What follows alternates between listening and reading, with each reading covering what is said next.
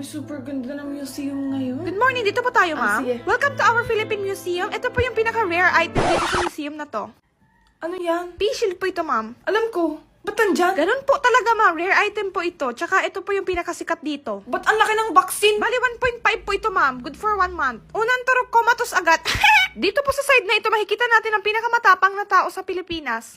Tsaka, ito pa po. Bali, 30 million pesos po yan, isang frame. Bali, immortal po siya, kaya nandyan po. Dito po sa side na ito, makikita natin ang kauna-unahang taong nakakuha ng 100 million followers sa TikTok. Oh my God, is that Hala, Charlie? idol yan ng lola ko. Dito din po makikita ang pinakasikat na inumin. Ayoko na lang mag-talk.